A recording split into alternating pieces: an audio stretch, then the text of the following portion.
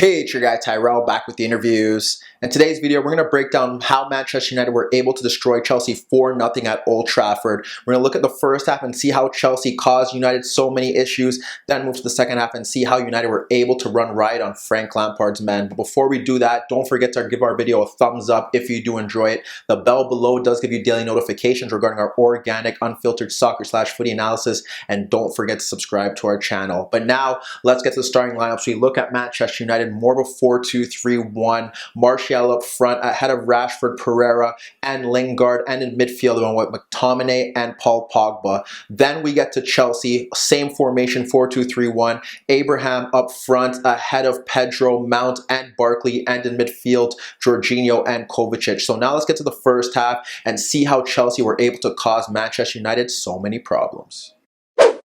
So when we break down Manchester United against Chelsea, we expected United to take the game to Chelsea, but Chelsea were very proactive under Lampard, which did lead to a good first half and eventually did lead to their downfall in the second half. In the first half, it looked like all four attackers had their distinct roles. You had Abraham leading the line with energy, looking to close down the center backs. You had Barkley looking to cut in from the left-hand side because he's not a natural wide player. That also does open up avenues for Azpilicueta to push Emerson to push back Lingard, who played on the right-hand side and was possibly there to ensure that Emerson didn't offer any attacking threat from that left-back role. In the central, they had Mount, who was looking to pop up into positions in between the lines, breaking off the center midfielders to run at the attack, and also drifting more so into the right flank to get on the ball. On the opposite side, you had Pedro, who also was dropping off a bit deeper to show for the ball and making intelligent runs in behind the fullbacks, whereas Jorginho and Kovacic did sit a bit deeper. That's what Chelsea were about. That's how they're looking to get at United. And United, on the flip side, their pressing wasn't very good. When they did take the lead, they did close down a bit better. But in the opening stages, the one distinct pressing scheme that we did see was that Pereira was sitting on Jorginho when he could, but that didn't last too long, and possibly he was playing in that central role to offer an additional midfielder in a tight game, and that's what United were expecting. So he was there on the in the wider areas. You have Lingard, you have Rashford, who are looking to cut in, looking to cut in from the left-hand side. But besides that, United were very slack in terms of how they were looking to approach the game without the ball, and it allowed Chelsea to create the better chances of the match. Abraham hit the post in the opening 3 minutes. That was a bit of luck, but he did almost score. And when we look to the key components to Chelsea breaking down this United side, number one has to be Jorginho, who eventually, as the game wore on, was getting a lot of time on the ball, and he did help Chelsea get into two key areas that perhaps created their best chances of the match. The first one being Jorginho from a deep position, not being closed down by Pereira, seeing Pedro pulling out Luke Shaw. When he pulls out Luke Shaw, Jorginho pings that ball into him, and Pedro nods it into that channel. Rashford is caught narrow, and that allows Azpilicueta to break forward to get onto the ball. And when he delivers across into the 6-yard box, no one attacks it. That should be Abraham tapping that in to put Chelsea up 1-0, but he doesn't anticipate the move and he doesn't get onto the ball, and United are able to get away with that. That was one opportunity. The second opportunity was Jorginho a bit deeper. Again, no one looking to pick him up. He locates Mount, making a run across Lindelof, and Wan-Bissaka does go with him as well. They both collide, and the ball ends up falling into the path of Emerson, who, again, no one there to pick him up. Low Lingard, Wan-Bissaka's caught in, and he's free in that left half space, and he fires a shot off the crossbar on the post. Jorginho, we've seen it last season where teams would look to press him and look to ensure that he didn't get time on the ball. United gambled, and on two separate occasions, he created the better chances for Chelsea, and that really put them into key areas. When we look to the second component that helped Chelsea have the better of that opening period, we have to look to Chelsea players getting the ball between the lines, and that's down to Pogba and McTominay not doing a good job of protecting the back four. We look at 3 examples where you see McTominay drop off a bit deeper and slide the ball ball out to Shaw. That attracts Pedro, and then Pereira drops off, but he's tracked by Azpilicueta, and he's unable to get the ball, and Pedro instantly sees Mount running off Paul Pogba to receive a pass in between the lines, running at the back four, but he fires a shot right at David De Gea. We look to another opportunity where this does happen. It's Azpilicueta breaking from right back, and he's closed by Luke Shaw and Martial, but he's able to fizz a ball in between Pogba and McTominay again,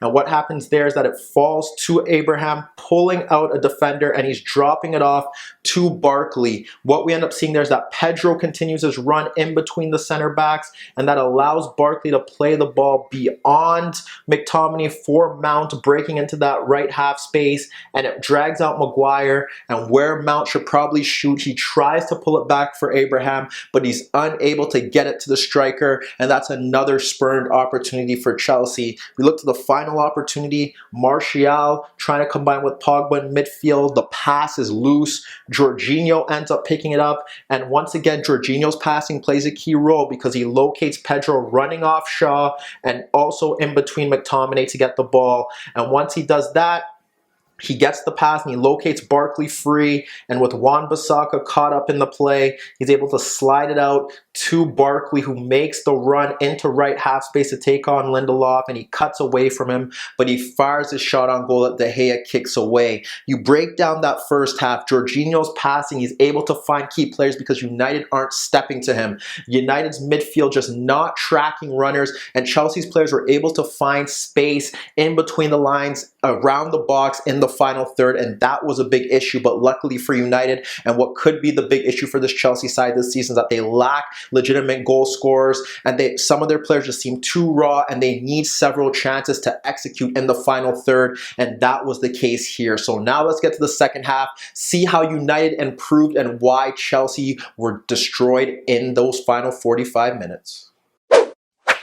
When we look to how United were able to destroy Chelsea in the second half, a lot of it did stem through the fact that Chelsea were pushing players forward because United had taken the lead in the opening half from that penalty shot. And what happened now is that they could sit off a bit deeper. Chelsea were now forced to take the game to them as they were doing initially. And what we saw was Emerson pushing high, Azpilicueta pushing high. We saw Kovacic and we saw Jorginho playing a bit deeper, and they were protecting the back four, which has been one of the biggest issues with this Chelsea side. If they're going to press high, is that Kovacic and Jorginho aren't the quickest players, so if they were able to get bypassed on the counterattack, then Chelsea would be in some serious danger with Emerson and Azpilicueta that high. And we saw the pros and the cons of it. Initially, Jorginho had been booked, and that was Chelsea's warning, if not the penalty that they conceded in the opening half, where it was a poor pass from Pedro behind Kovacic, which offsetted a bunch of errors and fortuitous breaks that allowed Rashford to break into the box for Zuma to foul him. But here you see Abraham dropping off, Maguire's able to win the ball off him, and that sets off Lingard after Azpilicueta was taken out of the game, and Lingard was able to drift past Abraham by Christensen and by Kovacic before Jorginho had to pull him down. But that was a warning sign for Chelsea that perhaps the fullback should drop off a bit deeper, or if anything, if you have one pushing forward, one stays deeper, so you have 5 defenders on the counterattack. That wasn't the case here. When we looked at what the positives were for Chelsea, it was obviously this: Mason Mount dropping off a bit deeper in midfield to get on the ball, slides it out to Azpilicueta, who is extremely high. His cross is cleared into the path of Emerson, who is also advanced, and he forces De Gea into a save. Emerson on several occasions gone to good areas to force De Gea into some saves, but he wasn't getting quality shots off, and a lot of them went straight at De Gea, and that was partially the downfall. And when you look at it, this is why, because again, in the build-up to Chelsea's and the build-up to United's second goal, it's Maguire stepping to Abraham. He wins the ball.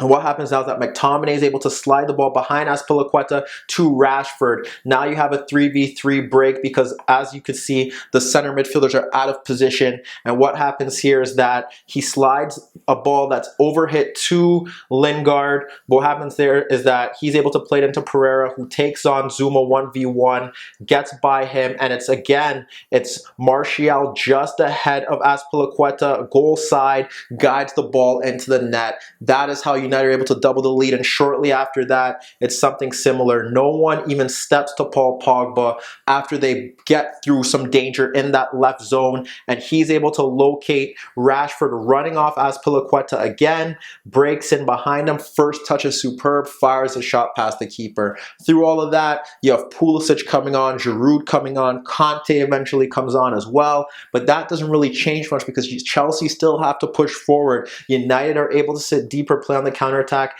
and they were just susceptible to these breaks because they're pushing the fullbacks high. They have slower midfielders protecting the center backs who aren't that quick themselves, and that was a big problem because, as you could see, more chances spiraled down this path, even with Lindelof making a mistake to Pulisic. All it takes is Luke's shot to dispossess him. All it takes is for Pogba to slide in Rashford once again. Azpilicueta high. Rashford is able to run 1v1 against Christensen. Beats him, cuts in. Luckily for him, N'Golo Kante is there to dispossess him and save the danger, but they couldn't stop it because eventually United get the fourth goal. And once again, free kick into the box. Zuma collapses. You have the ball played beyond into Paul Pogba, and Pogba drags out Azpilicueta, and what happens there is he locates Martial, dragging out Kante, drags him out, plays the ball back to Pogba, and now Pogba is able to break forward at the Chelsea defense. He slides in substitute James, who's able to get the ball, but even though he does miss-hit his first shot, he fires the shot pass off of Emerson, past Kepa, and that was lights out for Chelsea if it wasn't already at 3-0. But when you break down the game as a whole, you look at it, Chelsea in the first half, Jorginho was able to get on the ball. They're able to find space between the lines to create quality chances, but they lack the quality players to execute those chances, and they conceded one counterattack from a misplaced Pedro pass that offset United because besides that, they were playing balls out into wider areas, trying to get Martial to cut in. Trying to get Martial and Rashford to cut in, that wasn't working. That was a big problem. They couldn't get Pogba and McTominay going, but in the second half, dropped off a bit deeper with Chelsea looking to chase the game. They have Emerson and they have Azpilicueta high with Jorginho and Kovacic protecting in deeper positions, and now United were able to find the space to hit on the counterattack, and unlike Chelsea, when they got into those zones in the final third, they were able to make the Blues pay. But let me know what you guys think. Which one of these sides will finish higher in the Premier League table? Can United actually challenge for the top four? And will Frank Lampard be in for a rough season with that defense and without a legitimate goal scorer? Meet me in the comments below. Don't forget I upload videos every day, and don't forget to subscribe to my channel. If you like this video, give it a thumbs up. And that was your daily dose of the interviews.